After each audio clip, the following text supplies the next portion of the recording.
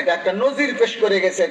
আর সন্তানের কি কি নসিহত বাবা হয়ে করা দরকার, সন্তানকে লালন পালন কেমনি করা দরকার, এই সন্তান যে সন্তান নয়, এরা যে আল্লাহর পক্ষ থেকে আল্লাহর দেওয়া নিয়ামত আমানত, এর জন্য যে আমাকে কিয়ামতের মাঠে হিসাব দিতে হবে,